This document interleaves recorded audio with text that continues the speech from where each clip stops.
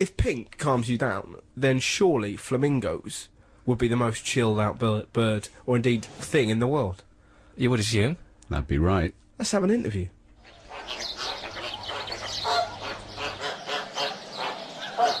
Who are you? Hello, I'm a flamingo. Sure, it's that fella off the radio. Thanks. What are you doing? I'm, at the present moment, I am taking a pee in the lake. Nice. You're not embarrassed? I don't mind peeing in the lake if you don't mind seeing me pee in the lake. I've got no problem. Have you ever peed in the lake? I haven't. Take a pee in the lake. Ask me what colour is my favourite colour. What's your favourite colour? Pink. Ask me what colour I would be if I could be colour. What colour would you be? Pink. Ask me what colour I am. What colour are you? Pink. Do you ever get angry?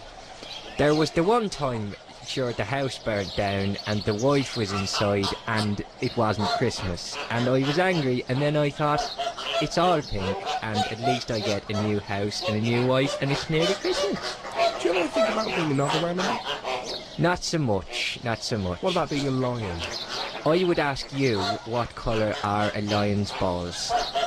Pretty sure they're orange. No, my balls are pink and I like pink balls. Fair enough. Do you think... Hey, here's a question for you. Do you think you'd be the same bird if I was to paint you a different colour? My uncle used to say to me, Tom, you are pink. And I used to think that's stating obvious so. But now I think what he meant was that I am pink on the inside and the outside. Live your life like a rare steak, I say. So you can paint me what colour you like. My balls are pink. So what you decided to do was to paint that flamingo black, red and green to see if it had any difference. If you're of a nervous disposition, you should probably turn your radio down now.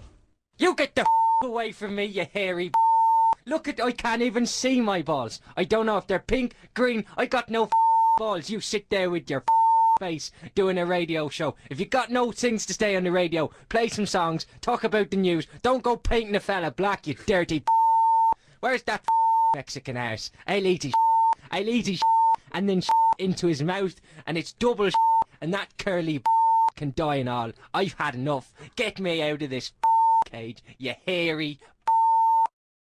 There's been some very odd sex stories. There was a really great one this week. Apparently, there's no sperm donors left in this country.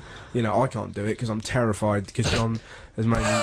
Yeah, if you've just joined in the show, that's apparently the noise that I make when I try to make a baby. From my willy, not from my mouth, you know. Anyway, stop. Apparently there's no sperm donors left in this country, so we're having to import from Denmark. Did you know that? Did you hear about that? Yes. I didn't even know we were running out. I feel a bit bad. No, well, that's it, you know, if you were told. But how manly a country is Denmark? I mean, think about it. They export bacon, beer, and Yeah. manliness. That is a whole load of manhood. And Lego. That slightly spoils it as well. But, you know, why does it all come from Denmark? I don't know specifically why. Vikings, Yeah, well, you can't just say Vikings. they have the manliest sperm, clearly. Is that right? No wonder Smichael's obviously. nose was so red.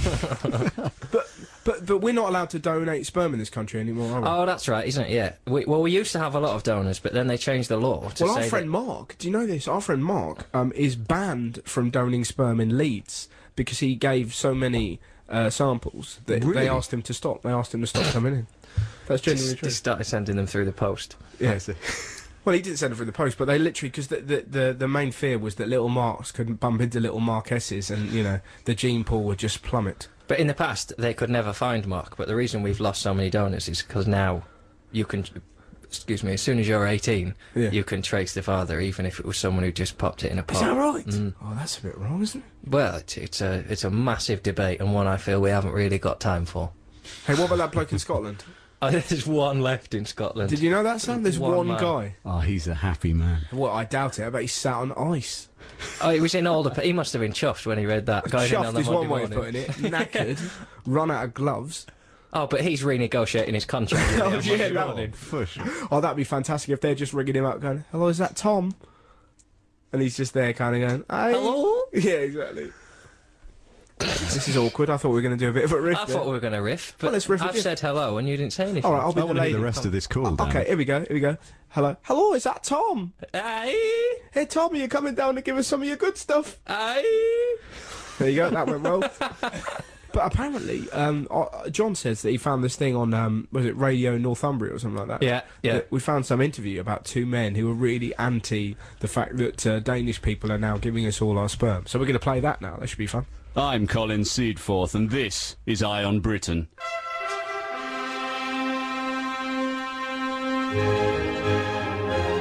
On today's show, two men who are making their own stand against so-called Viking sperm. It's a disgrace. I say we're going all the way to Denmark to get sperm. It's ridiculous. What bothers me, no one told me. I've got loads of it. I didn't know it was needed. Nobody told me either, Rory. We were really upset when we heard the Really news. upset, Really yes. upset. I mean, I haven't felt this anger since I found out my brother had eaten my pet mouse. Oh, this is far worse than that, and that was a bloodbath. Rory Fuddle and Lee Gump came up with a unique approach to sperm donation. So how did it start? It started small like most things, Colin. What happened first, I got angry, so I put one in a wheelbarrow and I took it round my mate's house. Yeah. I was a bit thrown at first, wasn't I, Rory? You were a bit thrown at first, yeah. The doorbell one, I thought it was the TV licence people. I thought, no, but then I saw Rory's shadowy outline. I thought, great, Rory's come round for a chat and a biscuit, but you had other ideas. I had other ideas, yes. Yeah, he pointed at the spunk in his wheelbarrow, and I remember feeling cold all over. But then I explained it was a matter of national security, like if Lee didn't join up, he'd be killing England. You've been accused of being racist. It's not racist. I don't want a filthy blonde kid coming out of my Sandra. That's not racist. What I'll say is this, right? Childbirth, that should be the happiest moment of your life when that burn comes out of your missus. And if that comes out with a hammer and an axe in its face, you'd be gutted. Drinking some weird Norse juice. I'm not having it. My Sandra gave birth to a Viking, I'd stamp on it. You'd have to, mate. Tony Blair won't do it. Tony Blair won't do. He's too busy in Malta. So explain to the people listening what you're up to. Right, we'll tell him about the tug bus then, Don't eh? call it that. We have appropriated an old comic relief bus, and we plan to drive it around so that people could donate and keep England English. What we've done, we've painted over the word comic and we've put hand. Did Lenny Henry agree to that? Get the dictaphone out, tell him what he said. Right, here we go. Yeah. Hello, is that Lenny Henry? Okay. Can we use one of the buses? Okay. Thanks, Lenny. Lovely bloke. So we just go around all day in the bus visiting new towns asking people for new donations. How have local people reacted? I've got to tell you, the folks round here have been great. They cannot get down here quick enough. If anything, Superb. too quick, to be honest. They Yeah. do one at home, and they come in and they'll do one for us live in a booth. Yeah, sometimes it's too busy, isn't it, Rory? That's when health and safety makes things sticky. Health and safety has been an absolute nightmare. I've got to tell you, it's bad enough with the white tape without people making careless mistakes. For example, Norris yesterday dropped his clipboard. Bingo. Now everyone's got to wear safety goggles. Can I look at the bus? Yeah, come through. Right, so here we are in the main sort of auditorium, as it were, where all the action happens. Right, so I'll take you through to one of the booths. Hello, lads, how are we doing? A lot of very industrious workers in here today. That's Norris over there, 80 years old and still giving it his all for England. That's Ben, that's Tom. Don't know who that bloke in the shades is, but never mind. I'll take you through here. This is the area where we fill in the forms. As you can see, it's all above board. Very proud day for me on the bus, very proud day. Will the idea catch on around the country? I got to tell you, if they come round here asking to see mine nuts, I'll knock them out. It's weird, like some bloke wanting you to put your stuff in a truck, not on my watch. What bothers me, right, it's racist. It's sick and it's racist. Tell you what, if they put that truck outside my house, I'll come up there and I'll rip their eyes out. So not everyone on their side, including Rory's ex-wife, Melissa.